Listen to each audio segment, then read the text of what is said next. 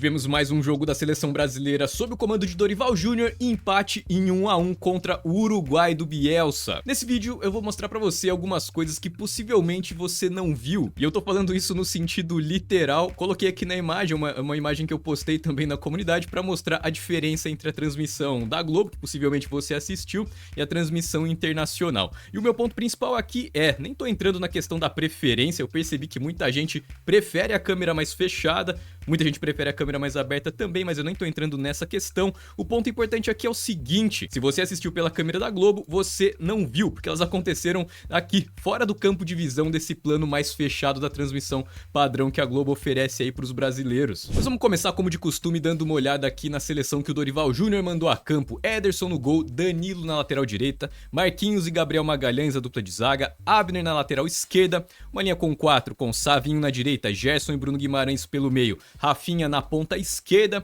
Vinícius Júnior e Igor Jesus como dois atacantes. A grande mudança em relação à partida anterior contra a Venezuela, além da saída do Wanderson e a entrada do Danilo, foi o Rafinha já começar como ponta esquerda. Essa é a função que ele vem executando no Barcelona. Esse ponto eu já achei bastante positivo só de olhar a escalação do Brasil, porque é um ponto que inclusive eu tinha falado aqui na análise anterior da partida contra a Venezuela. E o Bielsa mandou o Uruguai a campo com essa formação. O Uruguai não tem um desenho defensivo muito bem definido, o time realmente promove esses encaixes de marcação individual, com essas perseguições mais longas, então dificilmente você vai ver o Uruguai postado na linha defensiva. Mas basicamente a gente tinha o Max Araújo e o Darwin Núñez aqui, dois atacantes, né, cuidando dos três zagueiros do Brasil. Então, primeiro ponto, o Uruguai não fazia marcação-pressão, não fazia a pressão alta, o time já esperava o Brasil ali em bloco médio, justamente porque o time não fazia questão de encaixar a marcação nos três zagueiros do Brasil, vamos dizer assim, né, o Danilo começava todas as jogadas bem abertos lá pela direita, o Marquinhos mais centralizado e o Magalhães pela esquerda. Pelo meio aqui o encaixe muito bem definido, né? A gente viu o tempo inteiro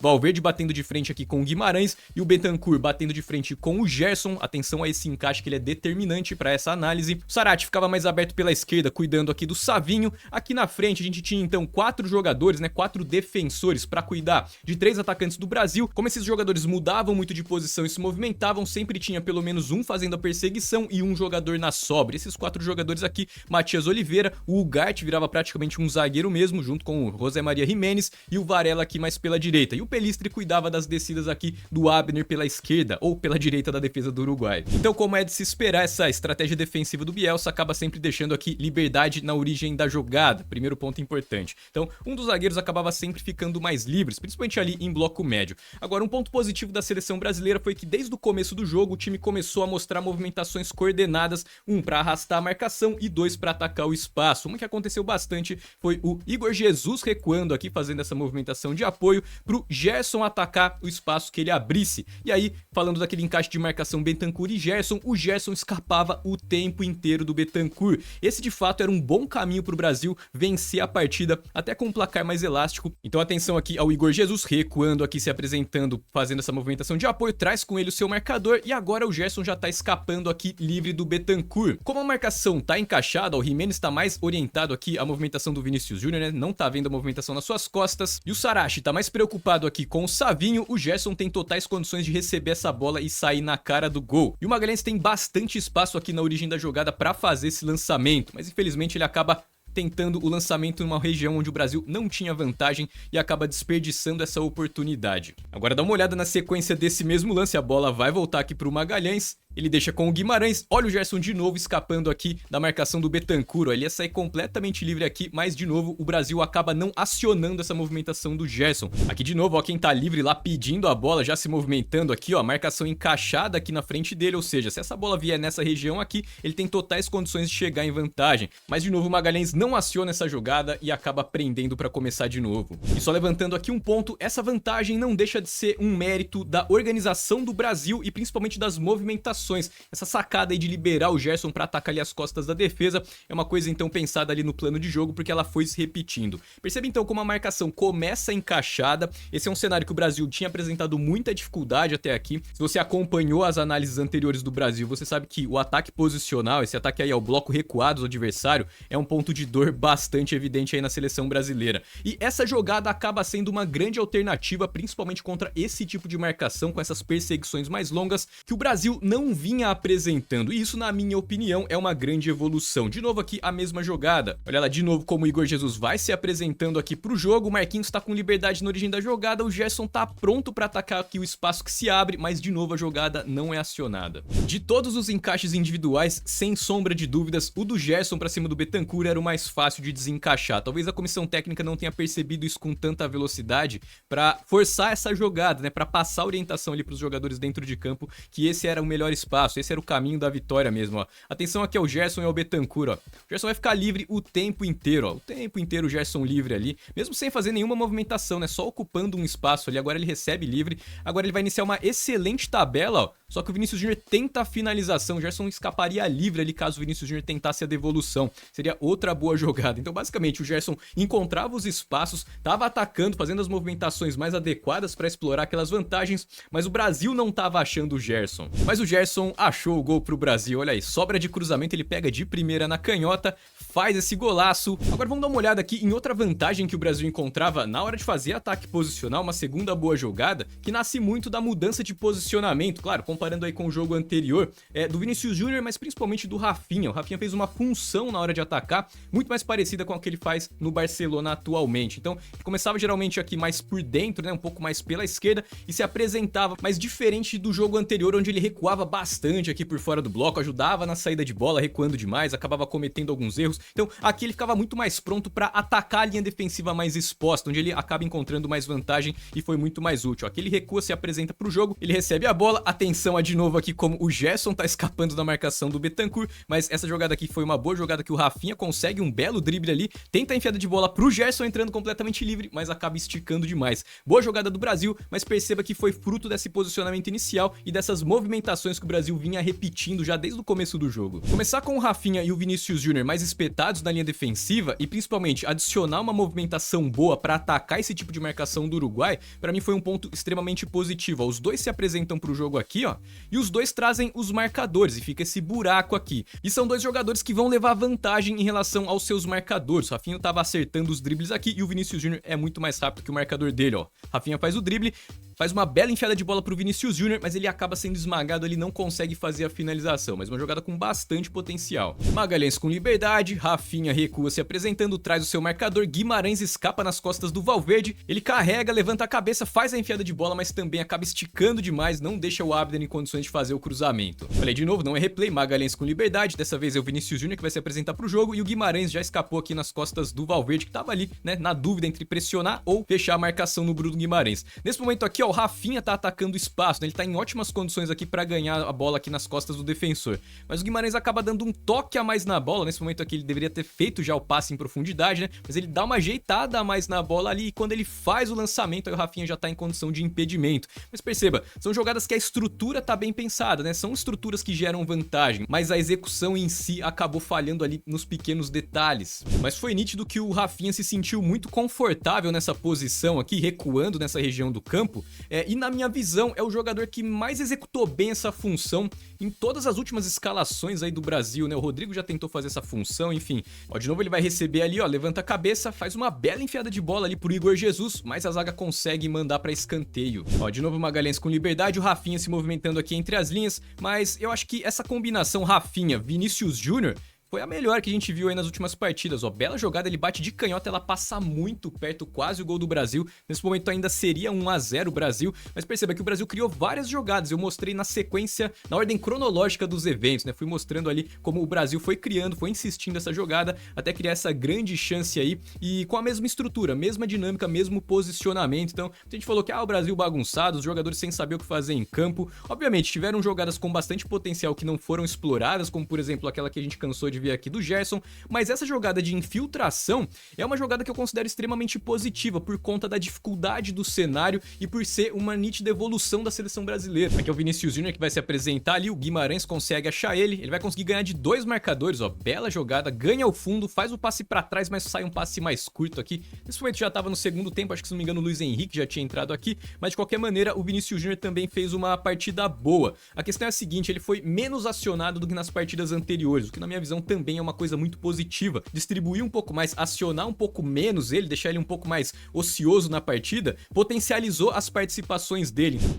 Aqui, ó, bela jogada do Vinícius Júnior, ó, deixa o Varela no chão, parte pra cima da marcação, deixa com o Rafinha. Olha essa jogada, ó. Um outro espaço que começou a aparecer bastante foi esse espaço aqui na entrada da área. Dessa vez aqui o Luiz Henrique pega mal na bola ali, perde a chance de fazer uma finalização, mas praticamente uma chance clara de gol, né? Tinha o Estevão aqui também, tinha o Bruno Guimarães chegando aqui na entrada da área. Esse espaço aqui o Uruguai acabou oferecendo bastante também, justamente porque o Brasil não empurrava o Uruguai pra trás antes de acelerar a jogada. Esse ponto foi muito importante. O Brasil ficou arriscando bastante, então muitas vezes a gente acaba ficando mais preso às tentativas erradas do time, mas acaba não vendo muito o potencial da jogada, porque o time insistiu bastante, né? O time não ficava circulando a posse de bola. O time ia pro ataque, passava da intermediária, já arriscava uma jogada. Então o volume de tentativas foi muito maior também do que a gente havia visto em partidas anteriores, onde o Brasil procurava ficar invertendo mais a bola ali com os defensores antes de tentar alguma jogada. Aqui, ó, o Brasil acelerando, né? Antes da recomposição, Rafinha de novo, ó. Belo passe pro Vinícius Júnior, por muito pouco ele não consegue o drible ali, faria o gol pro Brasil, seria o gol da vitória. Então,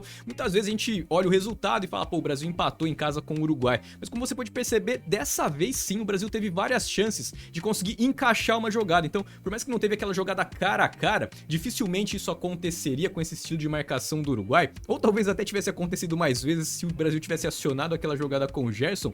Mas, na minha humilde opinião, fica um saldo positivo por conta dessas dinâmicas e movimentações que não funcionaram por detalhes. É complicado analisar um jogo onde não existem nem as movimentações que poderiam gerar vantagem. Por isso que, na minha visão, eu fiquei com a sensação extremamente positiva ali vendo o time do Brasil jogar, porque as movimentações dinâmicas estavam acontecendo. Infelizmente, muitas vezes elas não eram acionadas e outras vezes elas acabavam esbarrando ali nos detalhes da execução, mas que ficaram mais nos detalhes mesmo. Um problema que é bem menos grave do que a gente vinha vendo aqui em outras partidas. Mas claro, cada jogo tem a sua história. Isso porque funcionou bem contra o Uruguai, pode ser que não funcione muito bem com outros tipos de marcação, por exemplo. Nessa jogada aqui, ó, a bola fica viva, o Uruguai ganha, o Vinícius Júnior já vai fazer o perde-pressiona ali junto com o Gerson, recupera a posse de bola, tabela com o Rafinha, dá uma caneta no Ugarte e é parado na falta. Outro ponto importante também, o perde-pressiona do Brasil funcionou muito melhor nessa partida, o time mostrou muito mais intensidade, em especial os jogadores de frente voltando com mais velocidade ali para conseguir matar a jogada, como foi o caso desse lance, e gerando novas tentativas de ataque pro Brasil, o que foi positivo. Não foi 100% eficiente, se perde-pressiona, mas funcionou muito melhor. Também, na minha visão, acabou sendo um ponto de evolução. Talvez o ponto mais negativo da seleção brasileira nessa partida tenha sido na hora de sair de trás para encaixar a marcação, quando o Uruguai recuava essa bola. A marcação acabava ficando desencaixada. Então o Brasil tá aqui no 4-4-2 em bloco médio,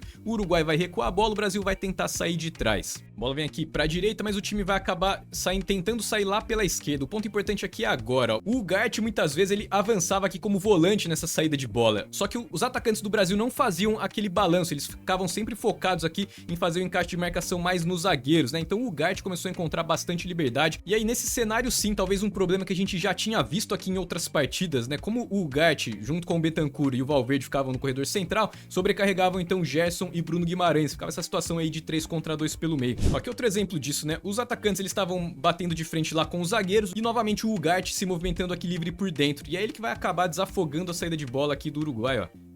Como a marcação até tá encaixada mais pra frente, mas o Ugarte aqui ele consegue ser esse desafogo, né? Olha lá, ele vai embora, vai levando o Uruguai, tirando o time de trás e fazendo o Brasil ter que correr pra trás ali pra recompor o bloco de marcação. Aqui outro lance de pressão desencaixado, ó, o Ugarte se movimentando livre ali, ó. Os atacantes não fazem o balanço, o Ugarte vai ficar livre. Ele vai ter bastante campo ali pra avançar. Muita gente me pede pra dar sugestões quando eu encontro problemas, né?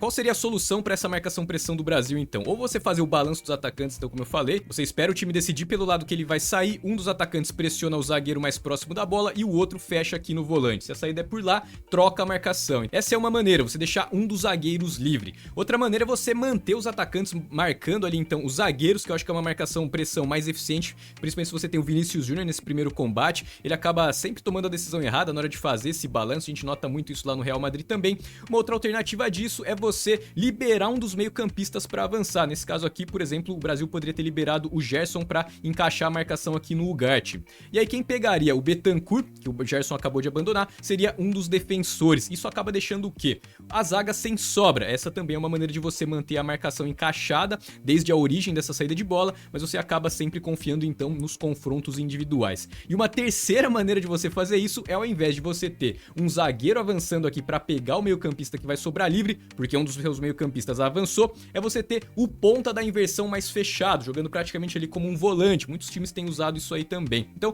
de qualquer maneira, é aquilo que eu sempre falo, a marcação pressão é a arte de neutralizar a superioridade numérica do adversário, mas não dá para fazer uma marcação pressão, avançar o seu bloco e deixar um jogador livre pelo corredor central. Essa é uma excelente maneira de você se desgastar, ter que ficar correndo para trás o tempo inteiro. Aqui de novo o Brasil vai vacilar na saída de bola. O time nem tá com o Ugarte, né, gerando superioridade numérica, mas acaba acontecendo um desencaixe aqui que é relativamente básico, né?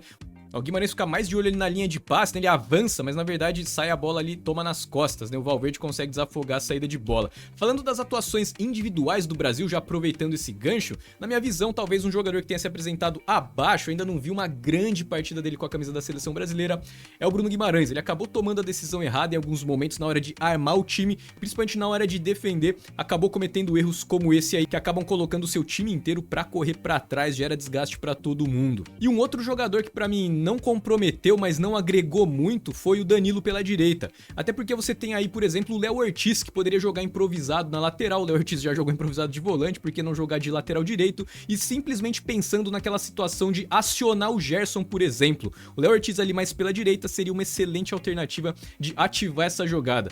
Tanto porque o jogador tem muita qualidade para fazer essa bola conectar, quanto porque já tem essa conexão dos dois jogadores atuarem pelo mesmo clube. Mas definitivamente eu acho que o Dorival deveria desapegar um pouco mais do Danilo, se é para improvisar na lateral direita, afinal de contas o Danilo é um jogador improvisado na lateral direita, ele não é lateral direito há muito tempo. Se é para improvisar na lateral direita, tenta colocar ali um volante, fazer por exemplo o que o Bayern de Munique faz, né? Geralmente então tem os dois zagueiros ali e dois volantes, recuam, né? O time não fica com 3 zagueiros mais um volante. Se é para manter 4 jogadores por fora do bloco, por que não manter, por exemplo, André e Bruno Guimarães por fora do bloco, junto com o Magalhães e o Marquinhos, ou até mesmo Léo Ortiz, Marquinhos, Magalhães e o Bruno Guimarães? A ideia aqui é a seguinte, ter bons jogadores ali que iniciem essa jogada e que principalmente tenham uma propensão ao risco maior, porque Danilo e Marquinhos em especial não agregam tanto assim na hora do time construir as jogadas ali de ataque posicional. O Marquinhos opta pela opção mais segura, geralmente tocar um pouco mais de lado, fazer um passe mais curto pra frente, e o Danilo geralmente acaba tendo uma eficiência muito baixa, acaba errando muitos lançamentos ou tentativas de infiltração. Então, acho que esse é o ponto onde o Brasil pode melhorar ali na origem da jogada, mas acho que eu acabei abrindo um parênteses muito grande aqui para um lance que foi um erro de marcação-pressão. Esse ponto da marcação-pressão, ele deve ser urgentemente corrigido, porque não é de agora que tá acontecendo. Esse é um ponto bem negativo da atuação da seleção brasileira na partida contra o Uruguai. Agora, um outro ponto que voltou a acontecer foi que o time muitas vezes, nesse ímpeto ofensivo, perde a compactação. Isso porque o time tenta contra-atacar e forçar a jogada sem ter muita vantagem e perde a bola antes do bloco de marcação de trás sair.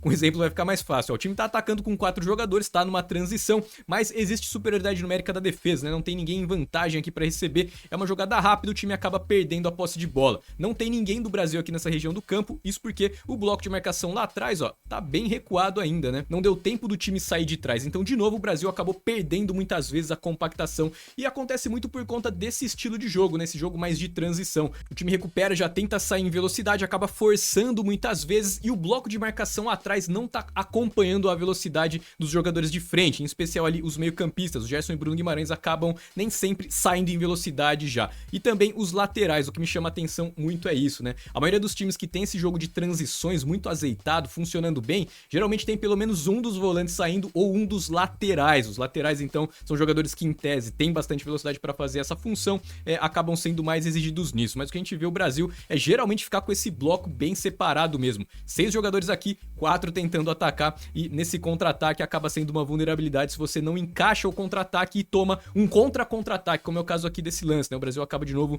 sendo obrigado a se defender com apenas 6 jogadores. Agora, na hora do gol do Uruguai, muita gente falou que tinha espaço na entrada da área, nem tinha espaço na entrada da área, essa aqui é a grande verdade. A marcação ficou sem pegada de marcação. Se não me engano, acho que o Max Araújo, ele pega essa sobra aqui, o time até fica ali parado, né, pedindo uma falta, mas dá uma olhada como tem 3 jogadores aqui, não tem ninguém nem se movimentando, né? Os 3 jogadores, eles vão ficar olhando, olha lá. O Savinho fica parado olhando o Maxi Araújo, ó. não dá o bote, o Marquinhos não sai, o Gerson agora tenta fechar ali o espaço, mas ninguém dá o bote, ó, e a bola vai chegar no Valverde. Mas mesmo assim, né, a marcação tava encaixada, o Guimarães tenta até atrapalhar ele ali, ó, mas o Valverde pega na veia, né, faz esse golaço aí e marca 1 a 0 pro Uruguai. Mas verdade seja dita, o Uruguai não criou nenhuma grande chance, né, a produção ofensiva do Uruguai foi menor que a da partida anterior da Venezuela, por exemplo. A Venezuela criou muito mais do que o Uruguai nessa partida. Mas o Brasil terminou em campo com Rafinha na lateral esquerda, Magalhães e Marquinhos e Danilo continuaram o jogo todo. O Estevão terminou na ponta direita. Na verdade, o Estevão até terminou mais centralizado. Depois ele trocou aqui, abriu o Luiz Henrique, mas foi bem ali nos minutos finais mesmo, né? Dupla de volantes mudou, Paquetá e André, Martinelli na esquerda, Vinícius Júnior mais à frente. Essa alteração aqui, muita gente criticou, né? O Rafinha na esquerda, o Martinelli também. Eu achei positiva. Então, de novo, só aquele ponto, né? Talvez a produção ofensiva do Brasil tivesse melhorado, não mexendo aqui na frente, né? Aqui na frente o time tava bem no primeiro tempo. Talvez mexendo aqui atrás, na origem da jogada. Ó, o Rafinha fez o corte aqui de cabeça e o Martinelli vai pegar a sobra. Então atenção à movimentação desses jogadores, né? O Martinelli vai brigar ali, consegue ficar com a sobra. Olha o Rafinha como já vai se mandar como ponta esquerda, né? Ele abandona completamente a lateral aqui e o Martinelli vem por dentro. Ele ajuda a esfriar a pressão do Uruguai, isso ele fez várias vezes e vai carregando nos espaços, né? Tirando o Brasil de trás. Ó, o Rafinha já tá bem aberto lá na esquerda. Então essa era a dinâmica, né? O Martinelli não atacava como ponta esquerda, ele ia mais por dentro e o Rafinha não ficava mais recuado. Ele atacava bastante também. Ó, aqui o Uruguai tenta o ataque, perde a bola, ó, o Martinelli ali esfriando, perde pressiona do Uruguai, ó. São dois jogadores que vão dobrar a marcação nele, ó, ele resiste à pressão, tenta sair com o Bruno Guimarães, o Bruno Guimarães quase perde a bola ali, ela volta no Martinelli, de novo ele vai esfriar, ó, perde pressiona, ó. Isso dá tranquilidade, né, pro time se organizar um pouco mais e aí vai virar uma situação de ataque posicional. Achei boa a entrada do Martinelli ali pelo meio. Claro que ele acabou errando algumas, mas as movimentações por dentro dele, ó como ele vem por dentro aqui, fica completamente livre, ajudaram a criar essa superioridade numérica aqui pelo meio, que ajudou o Brasil a fazer essa transição com um pouco mais de qualidade, né, sem perder muitas posses de bola e ficar exposto ao contra-ataque, ó. Boa jogada do Brasil, finalização do Estevão ali depois da ajeitada do Paquetá. Eu achei positivo porque foi se repetindo, então a gente vê que é uma orientação, ó. De novo ele recebe aqui no espaço e vai arrancar com a bola dominada, ó, boa jogada, ele acaba perdendo a oportunidade aqui nesse momento de fazer o passe aqui pro Paquetá, né, prende um pouquinho demais ali, até porque não é uma função que ele tá muito habituado a fazer, mas mesmo assim abriu uma alternativa bem interessante, uma substituição bastante criativa aí da comissão do Brasil. Enfim, e esses são alguns dos motivos que me fazem ter um pouco mais de esperança na seleção brasileira, ou pelo menos ver um lado positivo nessa atuação contra o Uruguai. Agora, claro, nem tudo é só alegria, o time tem seus pontos negativos, os mais urgentes na minha visão. O primeiro deles é na hora de avançar o bloco de marcação, tentar encaixar melhor essa marcação, não deixar principalmente jogadores livres ali no corredor central. E o ponto mais importante seria o segundo ponto, é ter menos alternativas na hora de atacar no plano de jogo. As dinâmicas, o posicionamento já estão gerando boas vantagens. Agora, a tomada de decisão não tá tão boa assim. Isso significa que os jogadores ainda não têm as jogadas prioritárias em mente. Então, se o time já viesse do vestiário com a ideia de explorar mais o Gerson, que seria o jogador que encontraria mais vantagem na hora de desencaixar a marcação, provavelmente o que a gente veria seria o Magalhães, quando recebesse a bola, já procurar a movimentação do Gerson, ou até mesmo o Guimarães já procurar a movimentação do Gerson. Então, quando você simplifica a tomada de decisão, você aumenta a eficiência, desde que o plano de jogo seja positivo. Mas na minha visão, quando você tá trabalhando com uma seleção, você vai ter poucos encontros, pouco tempo de trabalho, você reduzir as jogadas alternativas que o time tem podem facilitar bastante a tomada de decisão para essas características desse elenco, que precisam de um plano de jogo para se apegar, porque eles estão habituados a isso em seus clubes. E um outro ponto seria fazer alguns testes ali na linha defensiva, em especial contra adversários que não vão colocar o Brasil em bloco baixo. Você não precisa ter um lateral direito muito marcador, talvez um volante mais marcador que recue ali entre os zagueiros e o Marquinhos abre mais pela direita, enfim, pensar alguma alternativa, mas pensando na hora de atacar, na hora de você ter 4 jogadores, bons armadores, bons iniciadores de jogada, e nesse caso aqui você tirar um pouco mais o peso da responsabilidade ali do Danilo, pode ser uma coisa positiva para a seleção brasileira nesse momento, até que o jogador, sei lá, reencontre o bom futebol ou mostre no seu clube por que ele pode fazer essa função, ou na própria seleção, mas fato é que ele teve muitos minutos em campo para mostrar isso, tanto na Juventus quanto no Brasil, e ainda não mostrou, e tem vários outros jogadores aí que já mostraram que podem fazer essa função. E lembrando que você também pode analisar qualquer partida, qualquer equipe, qualquer jogador que você queira. Para isso a gente preparou um portal para você dominar a estratégia de futebol, dominar tudo sobre tática, futebolcursos.com. Lá você vai encontrar o nosso melhor material em vídeo e todas as nossas ferramentas que vão facilitar bastante a sua vida. O link para você conhecer tá aqui na descrição e eu espero você lá pra gente estudar futebol de verdade. Muito obrigado por assistir esse vídeo até o final, espero que você tenha gostado e eu vou ficando por aqui. Um grande abraço e até o próximo vídeo.